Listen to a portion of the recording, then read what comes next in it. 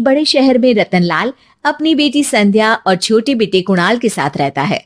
रतनलाल बहुत गरीब है और शराबी किस्म का आदमी है। वो रिक्शा चलाकर अपना जीवन यापन कर रहा है। रतनलाल एक अधेड़ उम्र के आदमी योगेश्वर को कभी कभी अपनी रिक्शा से मार्केट या मंदिर छोड़ता है और कभी कभी बाजार से उसका सामान भी ले आता है। एक दिन रतनलाल योगेश्वर से कहता है, साहब, आपके पास गाड़ी है, फिर भी आप कभी कभी रिक्शा से क्यों जाते हो? इन शहर की गलियों को आराम से देखना मुझे बहुत पसंद है। ठीक है साहब, मैं चलता हूँ, कल फिर आऊंगा। अरे रतनलाल, रुको तो। मैंने सुना है कि तुम अपनी बेटी को कुछ पैसों के बदले किसी को दे रहे हो। अभी किसी को बेचे नहीं तो क्या करे साहब। एक छोटा बेटा है, उसको पढ़ाना भी है, उसकी देखभाल भी करनी है, और अगर मैं बेटी को घर में रखूंगा तो उसकी शादी कैसे करूंगा साहब। तुमको कितने पैसे मिल रहे हैं? अब 50,000 साहब।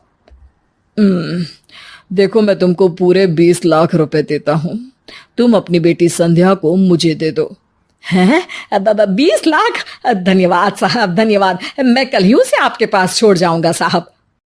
अगले दिन रतनलाल संध्या को हमेशा के लिए योगेश्वर के यहाँ छोड़ आता है और बदले में 20 लाख रुपए लेकर घर आ जाता है। रतनलाल जिंदगी में पहली बार इतने पैसे पाकर बौखला गया। उसने एक अच्छा घर लिया। कुणाल, अब हमें कोई चिंता नहीं है, तो अब अच्छे से पढ़, खूब मन लगाकर पढ़ाई करना। पापा, मुझे पढ़ाई करना अच्छा नहीं लगता। अरे तूने अगर ज्यादा बकवास की ना तो बहुत मारूंगा। कल से तू अच्छे स्कूल में जाएगा तो जाएगा, हाँ बस। कुणाल का एडमिशन एक अच्छे स्कूल में हो जाता है, लेकिन आए दिन स्कूल से शिकायत आती ही रहती है। 10 साल बाद एक दिन प्रिंसिपल मैडम रतनलाल को स्कूल में बुलाती है। रतनलाल, आपका बेटा कुणाल बहुत आवारा हो गया है और ये बिल्कुल भी पढ़ाई नहीं करता है, बल्कि उसका दिमाग गलत कामों में जा रहा है। अब मैं उससे बात करूंगा मैडम। ठीक है, आज ये आखिरी मौका है, अगली बार तो मैं उसे स्कूल से ही बाहर निकाल दूंगी। रतनलाल घर आ जाता है और कुणाल से कहता है, कुणाल बेटा, मैं तुम्हारे ऊपर इतना पैसा लगा रहा हूं, फिर भी तुम स्कूल में सही से क्यों नहीं पढ़ते हो? आप तो रहने ही दीजिए, मैं सब जानता हूं कि ये पैसा कहां से आया है। और वैसे भी अब ये पैसा मेरा है, मेरा जो भी मन होगा मैं करूंगा। आज के बाद मैं कभी स्कूल नहीं जाने वाला।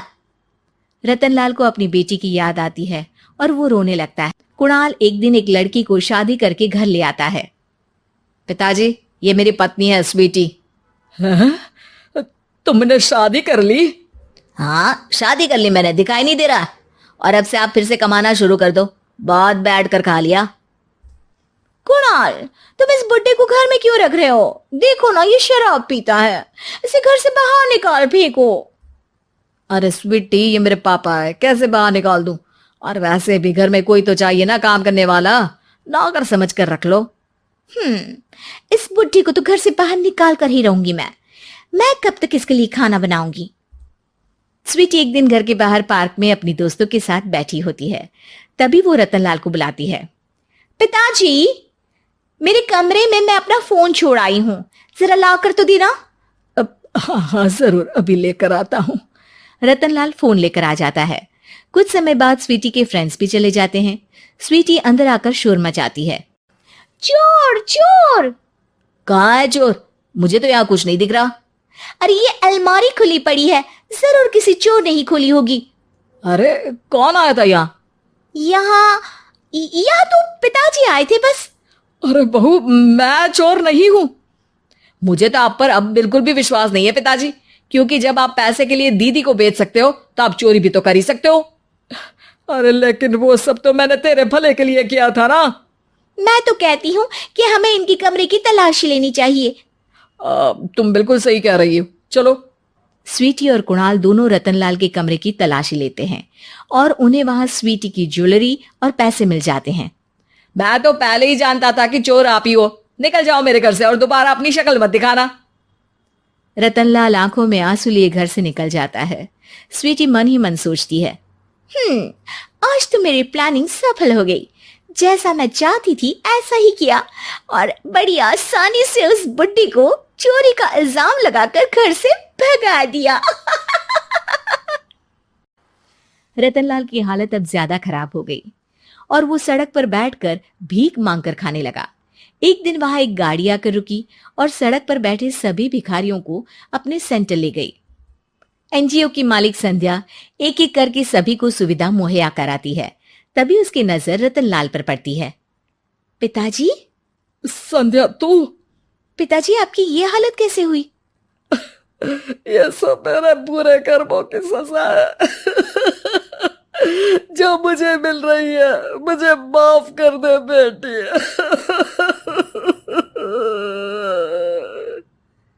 पिताजी, मैं आप पर बिल्कुल भी गुस्सा नहीं हूं, क्योंकि आपने मुझे यहां भेजकर अच्छा ही किया। मेरी जिंदगी बदल गई। लेकिन ये सब हुआ कैसे बेटा? आप ये नए कपड़े पहनो, तब तक मैं योगेश्वर अंकल को बुला कर लाती हूँ।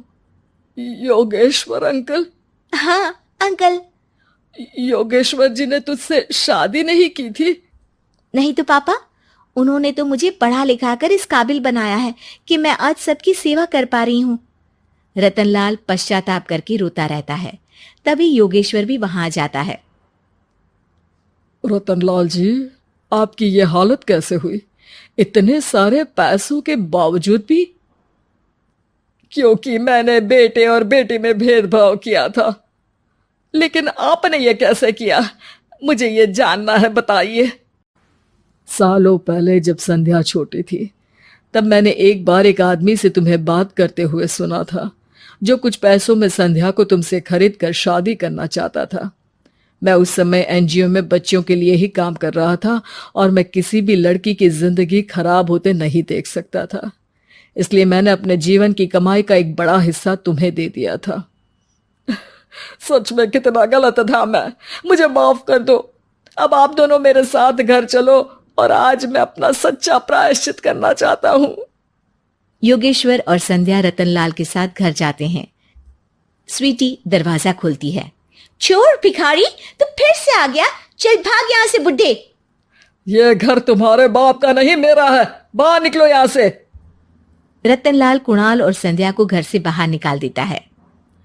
योगेश्वर जी, अब ये घर आपका है और अब आप यहाँ एक और एनजीओ खोल सकते हैं। शायद अब ये सच्चा प्रायश्चित है। संध्या अपने पिता के गले लग जाती है।